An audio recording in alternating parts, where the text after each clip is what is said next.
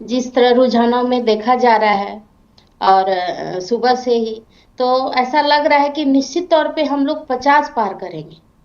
50 seat हम लोग निश्चित तौर पे हम लोग पार कर रहे हैं। ये हम एकदम वादा के तौर पे आपको मैं बोल रही हूँ। और आप देख लीजिएगा कि अभी दोपहर होते होते ये रिजल्ट आपके सामने आ जाएगी। क्योंकि दिल्ली की जनता जो है वो काफी जागरूक है। और जिस तरह से उन लोगों ने ये 10 साल जो केजरीवाल के रीजन में सरकार ने जिस तरह झूठे वादे करके दिल्ली को नरक बना दिए, वो उन लोग जनता एकदम त्रस्त थी। और जिस तरह मोदी जी की योजनाओं को मोदी जी के ऐसे ऐसे मतलब जो जितने योजनाएं आए थे उनसे उन लोग प्रभावित तो होते थे। पर सोचते थे कि दिल्ली के लिए शायद केजरीवाल ऐसे ऐसे बातें बोलते हैं तो वही ठीक होंगे। लेकिन अब जो है एकदम उन लोगों ने ठान लिया कि अगर अगर बीजेपी नहीं आती है तो कभी भी दिल्ली सुधर नहीं सकता।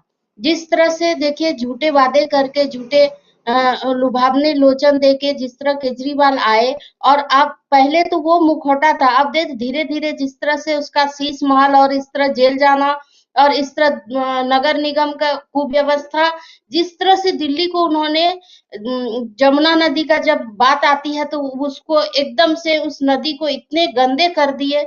इस तरह कभी ऐसा रीजन में नहीं हुआ था कि जमुना नदी की ऐसी स्थिति बनी हुई थी। पर ऐसा हो गया इनके राज्य में। और अब जनता ने ठान लिया है कि भारतीय जनता पार्टी को लाना है, दिल्ली दिल्ली का विकास करना है और भारतीय जनता पार्टी के साथ रहना है। यही अभी दिल्ली की जनता ने यही ठाना है। और निश्चित तौर पे हम लोग 50 सीट पार कर रहे हैं। हम्म। देखिए देखिए नीतू जी, नीतू जी ये बताइए कि आप लोग जो है वो चेहरा मतलब स्पष्ट नहीं कर पाए हैं, अभी तक स्पष्ट नहीं कर पाए कि चेहरा कौन होगा बीजेपी का, और बीजेपी का मुख्यमंत्री कौन होगा। ये झारखंड चुनाव में भी आप लोगों ने छुपाए रखा है इस बात को लेकर, हालांकि यहाँ पर तो आप लोगों की जादू नहीं चल पाई, लेकिन वहाँ पर दिल्ली में भी वही वही लग रहा है कि आप लोग अभी कुछ बता नहीं पा रहे हैं कि कौन होगा मुख्यमंत्री। इसको चुनाव लड़ते समय भी और अभी भी पूरा क्लियर नहीं कर पा रहे हैं। जी। जी।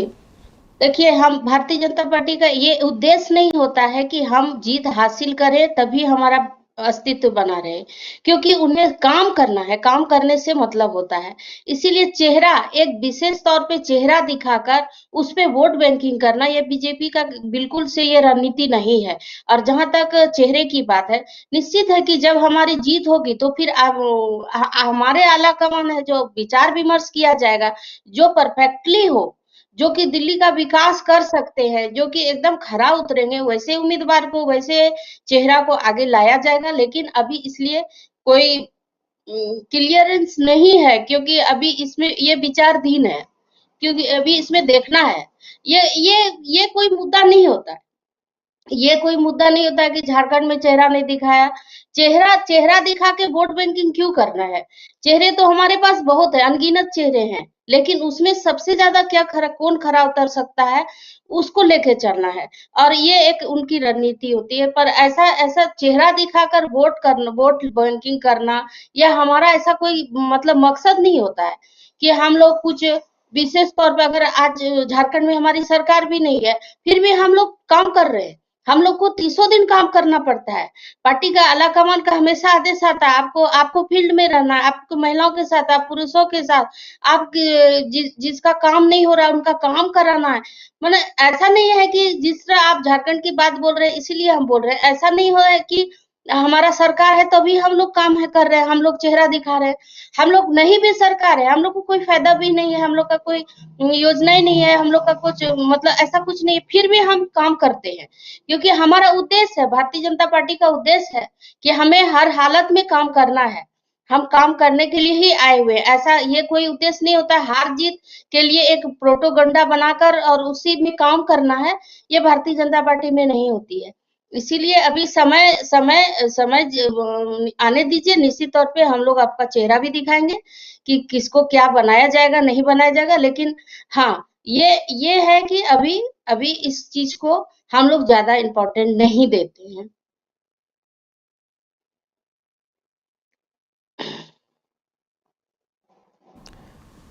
नीतू जी आपको थोड़ी देर के लिए रोक रहे हैं। देखिए, बड़ी खबर आ गई है। छठे राउंड के बाद हम बात करें तो पूर्व मुख्यमंत्री अरविंद केजरीवाल पीछे चल रहे हैं। और इसमें अगर कहा जाए कि सीधे सीधे अगर कहा जाए तो उनके सामने जो है वो आगे आ रहे हैं सीधे सीधे। बहुत बड़ी खबर है कि अरविंद केजरीवाल पीछे चल रहे हैं। नई दिल्ली से अरविंद केजरीवाल पीछे चल रहे हैं और प्रवेश वर्मा जो उनके साथ में जो खड़े थे बीजेपी की ओर से, प्रवेश वर्मा, वो आगे बढ़ रहे हैं। बड़ी खबर हम दर्शकों को बता देना चाह रहे हैं कि प्रवेश वर्मा छठे राउंड में आगे बढ़ चुके हैं और अरविंद केजरीवाल पीछे हो चुके हैं। इससे पहले 5 राउंड पे आगे थे अरविंद केजरीवाल और प्रवेश वर्मा पीछे थे, लेकिन अभी के छठे राउंड के बाद प्रवेश वर्मा आगे हैं और सीधे सीधे अगर कहा जाए कि अरविंद केजरीवाल वे पीछे चल रहे हैं। ये अब कहा जाए कांटे की टक्कर तो देखने को मिल ही रही है, आगे और पीछे का खेल। जी नीतू जी, आप क्या बोल रहे थे? जी निश्चित तौर पे जिस तरह आपके सामने रिजल्ट आ रहा है, ये तो एक साइलेंट जवाब होता है कि इसमें अब बोलना क्या है कि जब केजरीवाल जी अपना खुद का सीट नहीं बचा पा रहे हैं तो फिर उनका पार्टी का क्या होगा। अगर इस तरह के वो घिनौने काम नहीं करते, मुखौटा बनकर दिल्ली वालों को ठगने का काम नहीं करते, बिजली माफ कर एक जो प्रोटोकंडा अपनाए हुए थे, जिस तरह दिल्ली का नगर निगम का स्थिति बनी हुई थी, हर वहां पर जिस तरह का समस्या आम लोगों के बीच हो रही थी, जनता त्रस्त थी, जिस तरह यमुना नदी का जो गंदगी सामने आ रही थी, इस तरह का दुर्दशा करके वो अगर चाहते हैं कि दिल्ली की जनता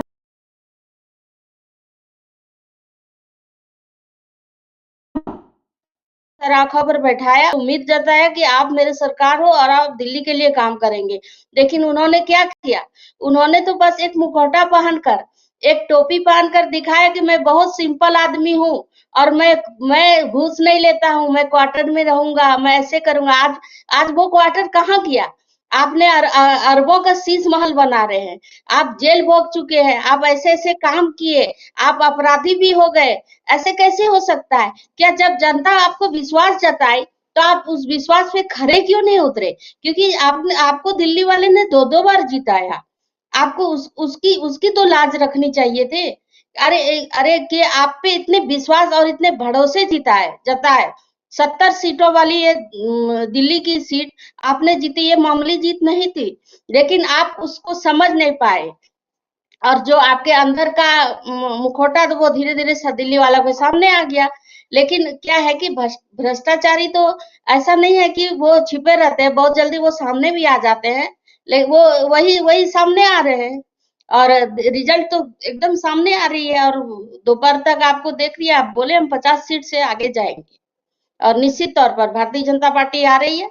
और दिल्ली वाले ने दिल से भारतीय जनता पार्टी को भर भर के वोट किया है और बहुत उम्मीद जताया है कि जैसे मोदी जी ने देश के लिए काम किया है, इतनी सारी योजनाओं को उतारा है, जिस तरह मोदी जी ने हमने देश के अस्तित्व को बचाने का काम किया है, जिस तरह वो विश्व गुरु बनने की कगार पे खड़े हैं, तो ऑटोमेटिक है कि जनता उनके साथ जाएगी ही जाएगी, क्योंकि जनता को भरोसा है। जिस तरह से इस बार बजट भी पेश आया, सभी आम जनता के लिए भी बहुत बड़ी मतलब खुशखबरी थी और सभी खुश थे इस बजट को लेकर। और क्या चाहिए, एक जनता को क्या चाहिए? इस तरह हम लोग के सरकार है, इस तरह केंद्र में हमारी सरकार है और इस तरह काम करते हैं जो देशवासी के लिए सीने ऊंचे होते हैं कि हमारे इस तरह के प्रधानमंत्री हैं। कभी भी वो विवादों में नहीं रहते, कभी वो भ्रष्टाचारी में नहीं रहते हैं, उनका कोई काम नहीं होता कि लोग अंगुली उठाए। अब अगेंस्ट पार्टी है, अगेंस्ट पार्टी तो अंगुली उठाएगा ही, उसका तो वही काम है। लेकिन इस तरह हम लोग को बहुत भाग्यशाली है जो हम लोग के प्रधानमंत्री इस तरह मिले हैं। हम लोग पूरे भारत का जनता बहुत भाग्यशाली है जो इस तरह का हम लोग को माननीय प्रधानमंत्री जी मिले हैं और वो विश्व गुरु बनेंगे। निश्चित तौर पे सभी का आशीर्वाद है और जिस तरह उनका कार्य है, जिस तरह उनकी योजनाएं हैं, वो निश्चित तौर पर आने वाले समय में वो विश्व गुरु बनेंगे और धीरे-धीरे सभी राज्यों में उनका अस्तित्व बनेगा। जी ये उत्तर दीजिएगा कि जिस तरह से आप लोगों ने कई वायदे किए, दिल्ली की जनता पर भी वायदे किए हैं कि महिला सम्मान योजना के तहत 2500 रुपये देने की बात आपने की है, और आपने ये भी कहा है कि जो जमुना नदी है जो गंदी है और उसे 3 साल के अंदर हम साफ कर देंगे। तो जितने वायदे आप लोगों ने किए हैं वो क्या आपको लगता है कि वो पूरे हो पाएंगे, पूरे करेंगे आप लोग? बिल्कुल, जिस तरह की मोदी जी जब अपने सरकार में आए थे तो उन्होंने कहा था कि हम गंगा, जमुना, सरस्वती, हर गंगे को, हर नदी नाले को मैं साफ करूंगा, और उस पे अभियान भी चला साफ। इस तरह अभी आप देख रहे हैं कि हम लोग का प्रयागराज में करोड़ों, अभी अभी के आंकड़े में 40 करोड़ लोग वहां पर स्नान कर चुके हैं, डुबकी लगा चुके हैं। लेकिन आप बोल सकते हैं कि हमारी गंगा गंदी है? हमारी गंगा गंदी है क्योंकि ये हमारे योगी मोदी जी का ये एक योजना था कि हम जिस तरह अपने घर को साफ रखते हैं उस तरह गंगा माँ को साफ करेंगे, क्योंकि अगर हमारी गंगा स्वच्छ रहेगी तो उनके वातावरण में हम लोग भी स्वस्थ रहेंगे। और उस पे लगातार मोदी जी खुद खुद अपने अपने आप को भी दिखाए थे कि कभी गंगा में साफ करते हुए, गंगा किनारे में पॉलिथीन उठाते हुए, गंगा के सफाई के लिए जो उसमें जो चीज लगता है उनके लिए उन्होंने इतनी इतनी योजनाएं लाए कि गंगा हर नदी, हर नाले साफ हो, क्योंकि ये एक अभियान था, मोदी जी का एक पार्ट था। और उसी के तहत ये यमुना नदी के लिए भी जो बोला गया है, निश्चित तौर पे यमुना नदी को एकदम जिस तरह यमुना नदी पहले था उसी तरह से एकदम साफ करके देखिएगा आप आने वाला समय में कि यमुना नदी का पानी साफ दिखेगा आपको, पानी साफ दिखेगा। अगर महिलाओं के लिए अगर बोले हैं कि जैसे महिलाओं को 2500 की बात है, वो निश्चित तौर पर जो भारतीय जनता पार्टी वादा करती है वो निश्चित तौर पर खरा उतरती है। वो कभी झूठे वादे नहीं करते हैं। अगर ऐसा बात बोले हैं तो वो निश्चित तौर पे जमीन पर आएगी।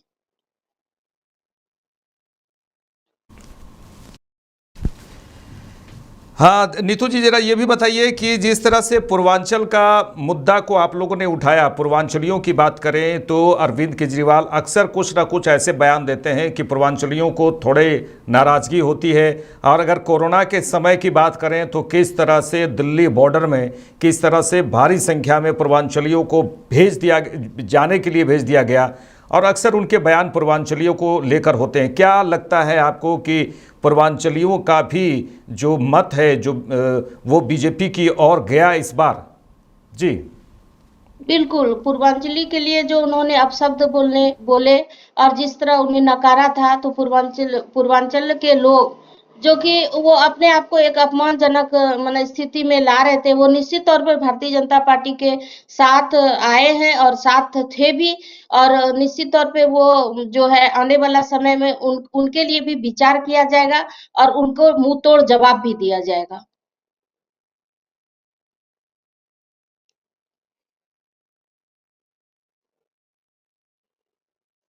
कि जिस तरह से अगर कहा जाए, आपने बताया यमुना नदी की बात की, यमुना और इसकी बात की, पूर्वांचलियों का मुद्दा को भी बताया, गंदे पानी के मुद्दे को भी लेके बताया।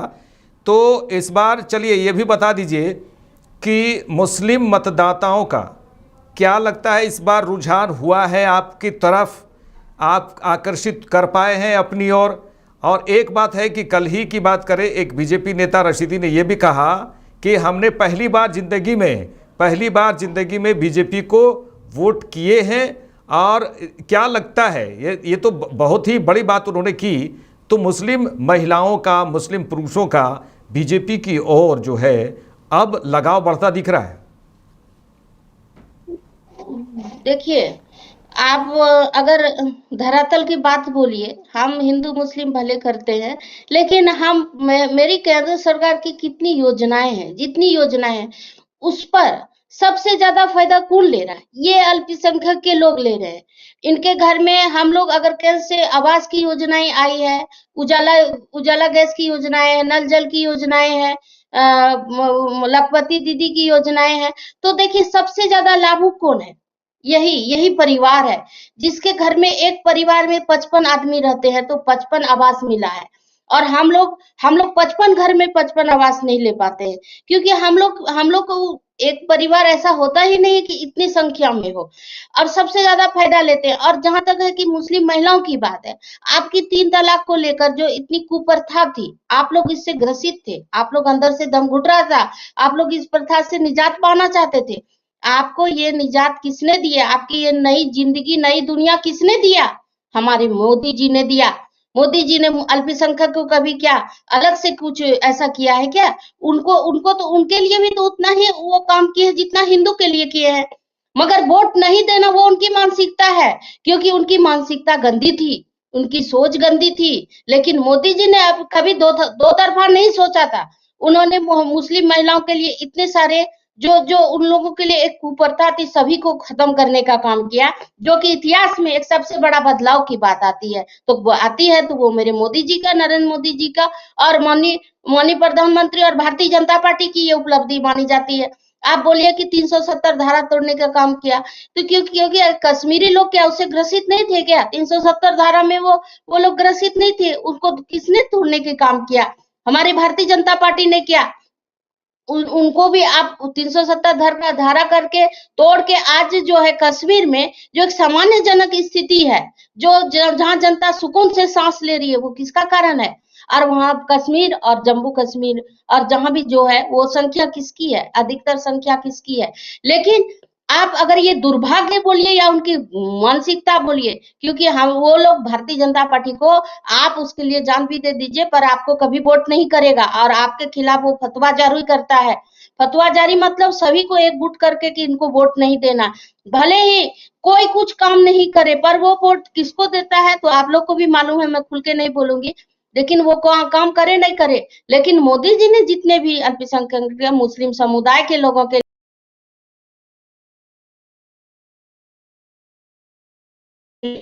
का मोदी जी ने चादर यहाँ से श्रद्धा से, प्रेम से चादर को भी उन्होंने अर्पित किया, यहाँ से भेजने का काम किया। कि अगर उनको उनको क्या जरूरत है? अगर चाहते तो नहीं भी देते, लेकिन उनके धर्म को भी सम्मान करते हुए, उनकी भावनाओं को भी सम्मान करते हुए, क्योंकि जब वो राम मानते हैं तो रहीम भी मानते हैं, लेकिन उनके धर्म को वो सम्मानजनक करते हुए, सम्मानजनक दृष्टि से देखते हुए उनके सम्मान रखा। अगर अगर वोट नहीं करते हैं, हम तो नहीं जानते कि वोट किए हैं कि नहीं किए हैं, लेकिन उनकी रुझान की बात जहां तक बोल रहे हैं, अगर उन लोगों को जरा भी इंसानियत हो, अगर जाने की देश, अगर आप हिंदुस्तान में रहते हैं और हिंदुस्तान का आप डेवलपिंग चाहते हैं कि आप भी सुरक्षित रहे, हिंदू भी सुरक्षित रहे और सभी को रोजगार मिले, सभी अच्छे जीवन जिए, तो निश्चित तौर पर वो वोट करेंगे। और लेकिन वो अगर उस तरह की मानसिकता है कि हमारी संख्या बढ़े तो मैं तलवार लेके मैं सबका मैं दावेदार बन जाऊं और हम आगे आ जाए और इन लोगों पे शोषण करें, अगर ऐसी मानसिकता है तो वो लोग वोट नहीं करेंगे और उनका सोच भी गलत है। वो कभी अब हिंदुस्तान में जो हमारा जो है अभी नीतू राष्ट्र जी, बन रहा हम है। आपसे बातचीत करते रहेंगे। नीतू जी देखिए, दर्शकों को ये हम बता दें कि अरविंद केजरीवाल पीछे चल रहे हैं और आगे है प्रवेश वर्मा को लेकर लोग कह रहे हैं, दिल्ली की जनता कह रही है कि दिल्ली की जनता पूरी नहीं कहे, जहां विधानसभा क्षेत्र नई दिल्ली की बात करें तो वहां की जनता प्रवेश वर्मा को चाह रही है कि मुख्यमंत्री बनाए। ये तमाम बातें हो रही हैं। और देखिए, एक बड़ी खबर आ रही है यहाँ पर कि बीजेपी सांसद योगेंद्र चंदोलिया ने क्या कहा है। बीजेपी सांसद योगेंद्र चंदोलिया ने कहा है कि अरविंद केजरीवाल फिर जेल जाएंगे। ये बड़ी खबर आपको बता दें कि बीजेपी के सांसद हैं योगेंद्र चंदोलिया, उन्होंने कहा है कि बीजेपी फिर जेल जाएंगे और तिहाड़ जेल जाएंगे। क्या ऐसा हम दर्शकों को बता दें कि क्या कुछ जो बयान आ रहे हैं अब, क्योंकि बीजेपी की बढ़त तो दिख रही है लेकिन बयान भी आने शुरू हो गए हैं। अब देखने वाली बात होगी कि क्या बीजेपी चुन चुनकर आप नेताओं को जेल डालेगी। लेकिन अब हम कल ही इसको लेकर हम बात कर रहे थे, क्या कुछ होगा, कहीं फिर जेल की यात्रा तो न करना पड़े अरविंद केजरीवाल को। लेकिन अब देखिए, योगेंद्र चंदोलिया ने यह कह दिया है कि जो अरविंद केजरीवाल हैं वो फिर तिहाड़ जेल जाएंगे, अरविंद केजरीवाल जेल जाएंगे, उन्होंने ऐसा बयान दिया है। नीतू जी, जरा इससे जो रुझान आ रहे हैं वो तो आपकी तरफ है ही। नीतू जी ये भी बताइए, देखिए लोकसभा चुनाव में इंडी गठबंधन की बात करें तो कांग्रेस और आपने साथ में लड़ा था, लेकिन यहां पर बिल्कुल अलग थलग पड़ गए और कांग्रेस तो खाता भी नहीं खोल पा रही है पूरी तरह से। दो की लड़ाई में आपको फायदा तो नजर आ रहा है कि इस बार दो की लड़ाई में आपको फायदा नजर आ रहा है। क्या लगता है कि बीजेपी पूरी तरह से कांग्रेस को जो है पूरी तरह से खाने की बात करें, पूरा खत्म नष्ट बर्बाद कर देने की जो मुहिम चलाई है कि देश से कांग्रेस को हटा देंगे, उसकी शुरुआत आपने लग रहा है कि दिल्ली से शुरू कर दी है? जी जी। वो बोलता है ना, जैसी करनी वैसी भोगनी, जैसी करनी वैसी भरनी, वही है, कहावत है। भारतीय जनता पार्टी क्यों बोलेगी कि आपको कांग्रेस को खत्म ही कर देना है, इसको हटा देना है देश से? ऐसा मोदी जी ने कभी नहीं कहा कि एकदम इसके खात्मा कर दो, इसे हटा दो, इसका अस्तित्व हटा दो, इसका नामो निशान हटा दो, इसको यहाँ से निकाल दो। ऐसा कोई बात नहीं होता है। लेकिन क्या है कि आपके कर्मों का आपको सजा भुगतना पड़ता है। आप जैसे जनता के बीच जैसे जिस तरह से पेश होइएगा, जैसे जनता के साथ आप रहिएगा, जैसा काम करिएगा, क्योंकि देखिए कि कांग्रेस तो एक तो सबसे पुरानी और पार्टी है। जो जब पार्टी शुरू हुई थी सबसे पहले कांग्रेस ही सामने आई थी। और जिस तरह से इनके आप इतिहास उठा के देख लीजिए, किस तरह से हिंदू मुसलमान होकर इन लोगों दोनों ने मिलकर किस तरह से मुसलमान को बरगलाने का काम किया, हिंदुओं को बांटने का काम किया। जिस तरह से इनकी नीति रही, रणनीति रही, जिस तरह से अब बाद में की जब लास्टली आया तो राहुल गांधी जी, तो वो बिल्कुल ही वो उनका तो हमको लगता है कि कुछ उसका नीति ही नहीं है, कुछ उसको समझ में ही नहीं आता कि वो क्या बोल रहे हैं, क्या कर रहे हैं। जहाँ जो भी नहीं बोलना चाहिए वहां बोल देते हैं। उनका कोई ऐसा हमको नहीं लगता है कि वो देश चलाने का, क्या वो एक जिला चलाने का उसको क्षमता नहीं है। लेकिन वैसे आदमी को कैसे लोग सराफा पे बैठाएंगे? दिल्ली की जनता तो जागरूक है, वो कैसे उसको वोट देगी? उनका उनको उनको आप सदन में लोग सुनते नहीं है क्या? उनके भाषण को जो सुनते नहीं है, उनकी नीति को नहीं समझते हैं, वो क्या बोल रहे हैं, क्या करना चाह रहे हैं। और इस तरह भ्रष्टाचारी कांग्रेसी उसको क्यों क्यों करेगा, क्यों आगे करेगा? देश का नागरिक को सभी जिम्मेदारी, सभी को सम्मान होता है ना, कि हम अपने आला कमान को किसको बैठाएंगे जो कि देश में एक अच्छा देश बने, हमारा विकासशील देश बने, विकसित देश बने। वैसा आदमी तो सभी तो अभी पढ़े लिखे हैं ना, सभी को तो अपना देश की शांति सुकून की जरूरत है, सभी को रोटी की जरूरत होती है, मकान की जरूरत होती है। तो ऐसे ऐसे लोग तो सभी तो जागरूक है। लेकिन आने वाला समय में निश्चित तौर पर मैं आपको बोलती हूँ कि ये कांग्रेस का नामो निशान मिट जाएगा, अगर इस तरह की इसकी रणनीति रही। जहां तक हम लोग है कि दो को लड़ाई की तीसरे की फायदा नहीं है, ये इसको हम नहीं मानते, सत्य नहीं मानते आपकी इस बात को।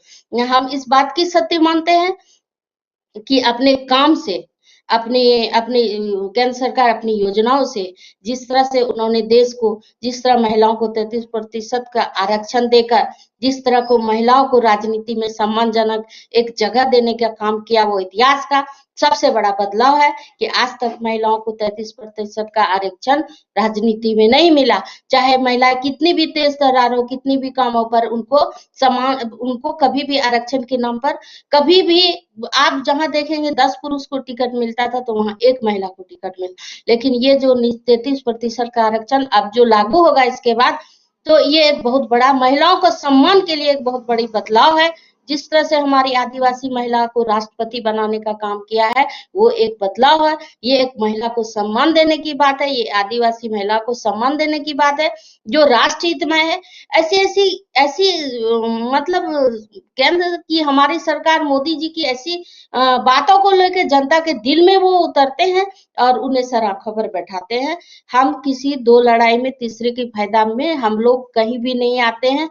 अगर ऐसा होता तो हम झारखंड में भी ऐसा करते, झारखंड में भी हम लोग किसी से गठबंधन कर लेते, या फिर ऐसे कोई भी झूठे वादे कर लेते कि हम भी महीने के 3,000 देंगे, भले नहीं दे पाए, बाद में नहीं दे सकते, लेकिन सरकार आने की बात होती है तो यहाँ पर अधिक महिलाओं की संख्या है, तो वैसा वादा करके हम लोग भी तो आ सकते थे।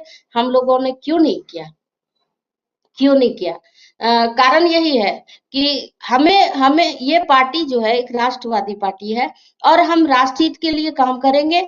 ये हमारा मकसद नहीं है कि हम देश में आए, हमारा अस्तित्व रहे, हमारा पार्टी रहे, भले जनता को बरगलाने का झूठे वादे करके, ऐसा काम नहीं होता है। हमें लगता है कि आज हम जो बोले कल उसके लिए हमको जवाब देना होगा और हम उसको जवाब देंगे, क्योंकि ये एक धार्मिक पार्टी जिसको बोलते हैं कि धर्म से भी एक जुड़ी हुई है, कि यहाँ पर झूठी दलाली, चोरी छिनतई और इस तरह का भ्रष्टाचारी ये ये चीज नहीं चलेगा ज्यादा दिन। अगर ऐसा कोई अगर हमारे भी पार्टी में, तो उसका मुखौटा निश्चित तौर पे जल्दी ही उतर जाएगा, अगर ऐसा कोई करते भी है तो। ये चीज अब देश में जनता जागरूक है, कानून सख्त है।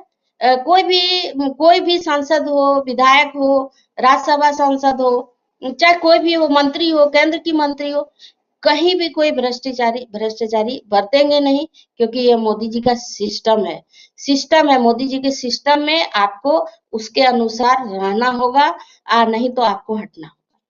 इसीलिए इसको हम कोई भी दो लड़ाई का तीसरे में फायदे की कोई बात नहीं है। ये अगर हमारी केंद्र सरकार ने दिल्ली के लिए जो वादा करी है उसको खरा उतरना है। इसीलिए वो अगर जीत भी रहे तो उनको सबसे पहले ये दिमाग में आके मैंने वादा किया है उसे मैं पहले निभाऊंगा, फिर जनता को मुंह दिखाऊंगा। इसीलिए ये वादा पूरा करने के लिए सबसे पहले वो लोग प्रयत्नशील होते हैं, तभी वो चेहरा दिखाते हैं कि हम इस चेहरे को आगे ला रहे हैं। ये आपके माननीय मुख्यमंत्री होंगे, या आपके माननीय मंत्री होंगे, या आपके विधायक होंगे, या ऐसे होंगे। वो सेकंड पार्ट होता है। सबसे पहले होता है कि हमने वादा किया, हम उस कैपेसिटी में पहले हमको आना है कि हम जनता से खरा उतरेंगे। इसीलिए देश में केंद्र में हमारी सरकार दोबारा आई, और आने वाला समय में हमको लगता है कि हमारी ही सरकार फिर से आएगी, और हर राज्य में 2-4 छोड़ के हमारी सरकार।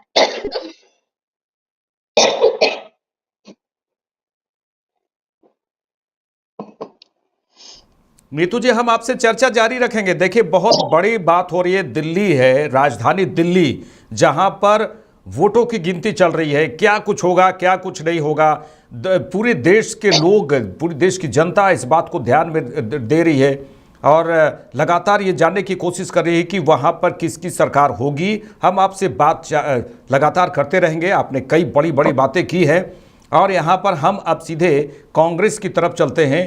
कांग्रेस का जहाँ पर खाता भी नहीं खुल पाया है। हमारे साथ कांग्रेस से मोहम्मद हुसैन जुड़ चुके हैं। मोहम्मद हुसैन जी, क्या गड़बड़ी हुई, क्या कुछ चूक हुआ कि दिल्ली में एक अभी तक खाता भी नहीं खोल पाए हैं, और बड़ी बड़ी बातें, बड़े बड़े दावे आप लोगों ने की है कि हम 40+ ला रहे हैं। जी मोहम्मद हुसैन जी।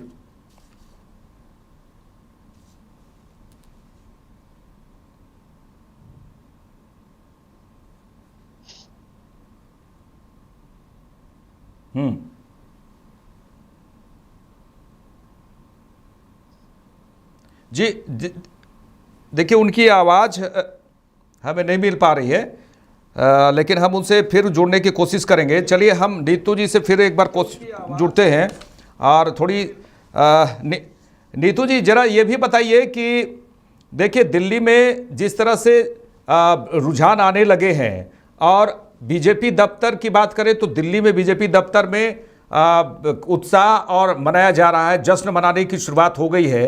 हालांकि दिल्ली राजधानी है, और इसका असर जो है पूरे देश में बीजेपी दफ्तर जहां जहां है, बीजेपी के लोग जो है, बीजेपी के नेता काफ़ी उत्साहित नजर आ रहे हैं। किस तरह से आपका कार्यक्रम होगा, आप किस तरह से यहाँ पर बीजेपी दफ्तर में किस तरह से जश्न मनाने की तैयारी में है, नीतू जी?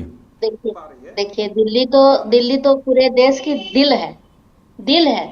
और ये क्या है कि मेन प्लेटफॉर्म है हमारी, क्या कहते हैं, केंद्र सरकार की जितने भी यहाँ पर सदन है, कार्य, जितने भी, मतलब हर तरह का दिल्ली में ही हम लोग का सभी का बेस रहता है। और दिल्ली जीतना, और उसके बाद अगर ये थोड़ा सा खुशी ना मनाए तो ये फिर क्या हो गया है कि आप लड्डू आ गया है और आप खा नहीं पा रहे हैं। वही है कि अगर दिल्ली जीतेगी तो दिल्ली में तो बम पटाखे होंगे ही नहीं, खुशी तो मनाएगी, लड्डुए तो बांटेगी ना। और दिल्ली तो दिल है, और दिल्ली वासी जब इतने खुश है, दिल्ली वासी अगर इतने खुश हो रहे हैं, वो उनका निर्णय है ना किसी पार्टी का निर्णय नहीं है कि हम कैसे जीत रहे हैं। वो तो दिल्ली वाले जिता रहे हैं, उनके आम जनता जिता रहे हैं, जिनकी इच्छा थी कि बीजेपी आए। और हर घर में लड्डू बटेंगे, हर घरों में पटाखे छूटेंगे, और आने वाले हाँ। नए सरकार की इन लोगों ने एकदम दिए जलाकर स्वागत करने का काम कर रहे हैं कि आपसे हम्म। उम्मीद है, भारतीय जनता पार्टी से उम्मीद है, क्योंकि हम लोगों ने आपको जिताने का काम कर जी रहे जी। हैं, आपको आगे हम्म। लाने का काम कर रहे हैं। तो निश्चित तौर पे है, जब हमारा सेंट्रल दिल्ली है तो वहां पर तो खुशी तो मनाना तो एकदम बनता है, ये तो वाजिब है। और खूब बिल्कुल बिल्कुल। मनेगी, खूब बनेगी, चलिए अब हम वहीन चलिए हम बनेगी, हमारे वहां साथ जुड़ चुके बनेगी। हैं और हर मोहम्मद हुसैन जुड़ चुके हैं कांग्रेस के। मोहम्मद नीतू जी, आपसे हम बातचीत करेंगे। जश्न का माहौल तो अब शुरू हो ही गया है। मोहम्मद हुसैन जी, दिल्ली में क्या क्या हाथ से चूक हो गई, क्या कुछ होगा? बड़े बड़े दावे तो आपने किए थे कि कांग्रेस ने, कि कांग्रेस पूरी तरह से बहुत ज़्यादा सीट ला रही है। मोहम्मद हुसैन जी, जरा ये भी बताइए कि बीजेपी तो वहां छक्का लगाते हुए नजर आ रही है और आप पार्टी एक दो रन तो ले ही रही है, बीच बीच में चौके लग रहे हैं। कांग्रेस तो एक रन भी, जो कहा जाए कांग्रेस की ओर से एक रन भी नजर नहीं आ रहा है। क्या कुछ हो गया जी?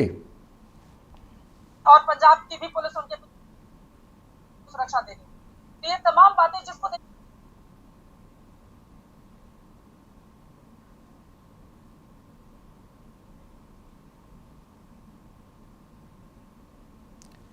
देखिए, हम उनसे जुड़ नहीं पा रहे हैं कि उनके विचार हम नहीं ले पा रहे हैं कि आखिर कांग्रेस वहाँ पे ज़ीरो पे कैसे आउट हो रही है, एक रन भी नहीं बना पा रहे। दिल्ली की बात करें, जो चुनावी पिच है उसमें एक रन भी कांग्रेस की ओर से नहीं बनाया जा रहा है और छक्के पे छक्के बीजेपी की ओर से लग रहे हैं। और अगर चलिए रुझान की बात करें तो 45 सीट पर बीजेपी आगे है, बढ़त बनाए हुए है, और ये रुझान है। और 25 सीट पर आप पार्टी रुझान इनका सामने आ रहा है, 25 सीट पर आगे बढ़ रहे हैं। लेकिन चुनावी पिच पे कांग्रेस और अन्य जो भी दल, वहाँ पे छोटे दल भी जो निर्दलीय हैं वो भी चुनाव लड़े, लेकिन वो कहीं कुछ दिख नहीं रहा है। अब देखने वाली बात होगी कि क्या कुछ होगा।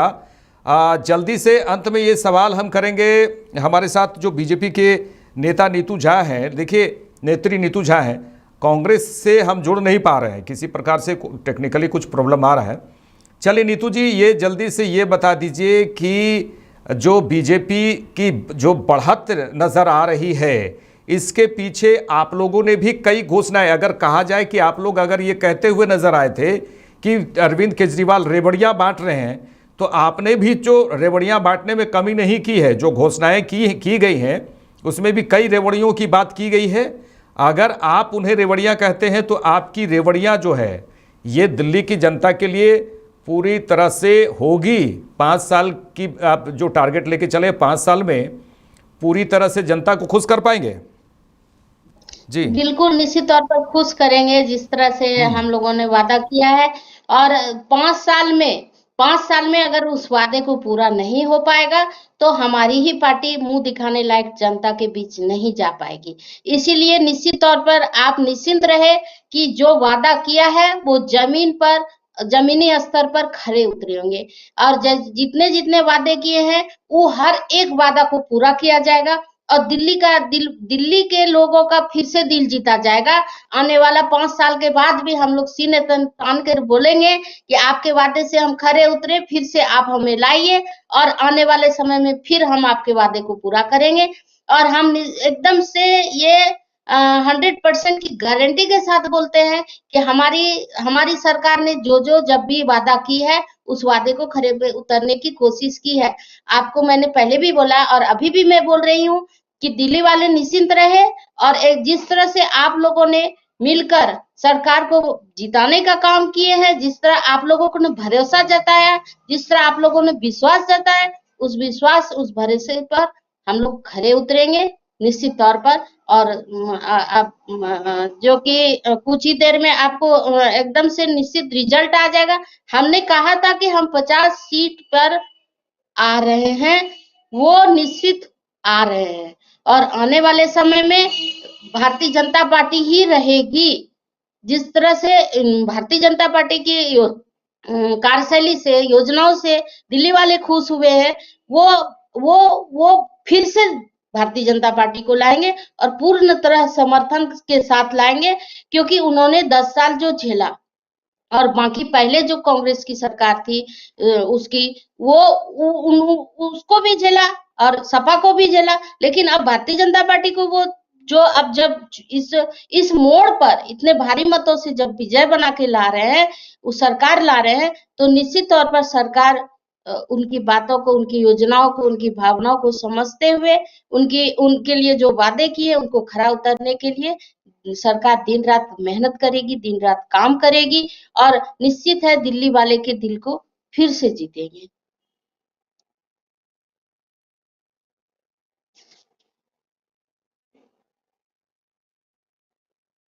चलिए, तमाम बातचीत के लिए नीतू जी आपका शुक्रिया। हमारे साथ बीजेपी की नेत्री नीतू जुड़ी, जो तमाम बातचीत की हमारे साथ और तमाम मुद्दों पर बातचीत की है। लेकिन ये देखिए, दिल्ली में जिस तरह से रुझान आ रहे हैं, बीजेपी की बढ़त तो सामने आ रही है। अरविंद केजरीवाल पीछे चल रहे हैं, आपको बताते हैं दर्शकों। और अगर कहा जाए कि प्रवेश वर्मा वो आगे चल रहे हैं, अभी के अपडेट यही है और हम लगातार आपको अपडेट देते रहेंगे। देखिए, अन्ना हजारे की बात छिड़ गई है, तो अन्ना हजारे की भी बात हम कहें कि अन्ना हजारे ने ये कहा है, अन्ना हजारे का बयान आ गया है कि आप पार्टी की हार जो है उसको पैसे और शराब ने इस गर्त में गिरा दिया। अन्ना हजारे की बात कर रहे हैं। जब अन्ना हजारे अरविंद केजरीवाल के साथ में जिस तरह से आंदोलन करते थे और उसके बाद अन्ना हजारे ने ये कहा है, अभी की बात कर रहे हैं, अन्ना हजारे ने कहा है कि हमारी बात अरविंद केजरीवाल ने नहीं सुनी। पैसे और शराब नीति को लेकर उन्होंने कहा है कि पैसे और शराब नीति के चक्कर में फंस गए अरविंद केजरीवाल, और इस तरह के बयान अन्ना हजारे के आ रहे हैं। ये जो घमंड अगर कहा जाए, बीजेपी की ओर से कहा जा रहा है कि आप पार्टी का जो घमंड है इस बार चूर नजर आ रहा है, चूर चूर नजर आ रहा है।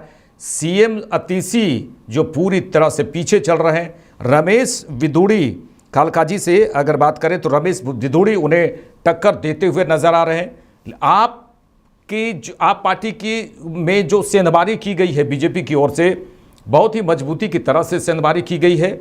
जो 10 साल का वर्चस्व था आप पार्टी का, वो टूटता हुआ नजर यहां पर आ रहा है। कांग्रेस की बात करें तो लगातार शीला दीक्षित के जो कार्य हैं, आप सरकार के पहले की बात करें उसके कार्य को लगातार हर मंच से संदीप दीक्षित और कांग्रेस के नेता, लोकसभा में विपक्ष के नेता राहुल गांधी, प्रियंका गांधी हों, सभी ने कांग्रेस को लेकर यह कहा कि कांग्रेस यहां पर बहुत ही अच्छा काम करेगी। शीला दीक्षित ने जिस तरह से दिल्ली को चमकाया था उसी तरह काम करेंगे। कई मंचों से राहुल गांधी भी ये कहते हुए नजर आए कि यमुना नदी कितनी गंदी हो गई है, इसे साफ कभी किया नहीं अरविंद केजरीवाल ने, साफ नहीं करवाया। कितनी दूषित पानी पीने को मजबूर है दिल्ली की जनता। अरविंद केजरीवाल पर कांग्रेस लगातार हमलावर हुई। हालांकि लोकसभा में साथ में चुनाव लड़ी, ये इंडी गठबंधन यहां पर बिखराव तो नजर आया। बिहार विधानसभा चुनाव भी इसी वर्ष होने वाले हैं, इसमें भी इंडी गठबंधन का बिखराव नजर आएगा, या फिर इस हार के बाद इंडी गठबंधन की बैठक होगी और उसके बाद आने वाले विधानसभा चुनाव जहां जहां है उसको लेकर एक मजबूती प्रदान किया जाएगा। इस बैठक में कुछ ऐसी रणनीति होगी। यहां पर इंडी गठबंधन तो पूरी तरह से बिखराव। और झाड़ू की बात करें तो जो आप पार्टी के चुनाव चिन्ह है, सिंबल है, वो पूरी तरह से बिखर गया। झाड़ू पूरी तरह से बिखरता हुआ नजर आ रहा है और आने वाले समय में कुछ आगे और पीछे बढ़त होगी। आगे पीछे की तो चल रही है, कांटे की टक्कर अगर कहा जाए दो की पार्टियों के बीच ही चल रही है, बीजेपी और कांग्रेस के बीच में। कांग्रेस कहीं नहीं पूरी तरह से साफ नजर आ रही है, कांग्रेस कहीं नहीं नजर आ रही है और बयान भी बड़े बड़े नेताओं के बयान आ रहे हैं। तमाम बातों को हम लगातार जारी रखेंगे कि किस तरह से यहाँ वहाँ के दिल्ली के चुनाव के रुझान आ रहे हैं। काउंटिंग चल रही है, 6ठे 7वें 8वें 9वें की राउंड की भी बात कर रहे हैं। लगातार उतार चढ़ाव देखने को मिल रहा है और हमारे नेक्स्ट जो बातचीत करेंगे आपके साथ में, तमाम अपडेट देंगे। हमारे सहयोगी रेखा मिश्रा आपके साथ जुड़ेंगी और तमाम बातें और तमाम तरह के रुझान जो देखने को मिल रहा है और तमाम नेताओं के बयान भी आपको सुनाएंगे कि नेता किस तरह से अपने बयान दे रहे हैं। बीजेपी कितना, चेहरे में कितना खुशी नजर आ रही है बीजेपी के। आप पार्टी में, आप पार्टी के नेताओं में, आप पार्टी के उम्मीदवारों में कहाँ मायूसी हुई और अब आप पार्टी का क्या स्टैंड होगा, हार और जीत के बाद, क्योंकि 10 साल का जो शासन दिल्ली में था, दिल्ली की जनता कहा जाए कि दिल्ली की जनता ने ये ठान लिया था कि 10 साल हमने आपको देखा, इस बार बदलाव करेंगे। अब देखिए, हम लगातार आपको 45 सीटों पर बीजेपी की बढ़त और 25 सीटों पर आप पार्टी की बढ़त नजर आ रही है। आप पार्टी आगे नजर आ रही है, कांग्रेस कहीं नहीं है। हमारे सहयोगी रेखा मिश्रा आपके साथ जुड़ेंगे, तब तक के लिए।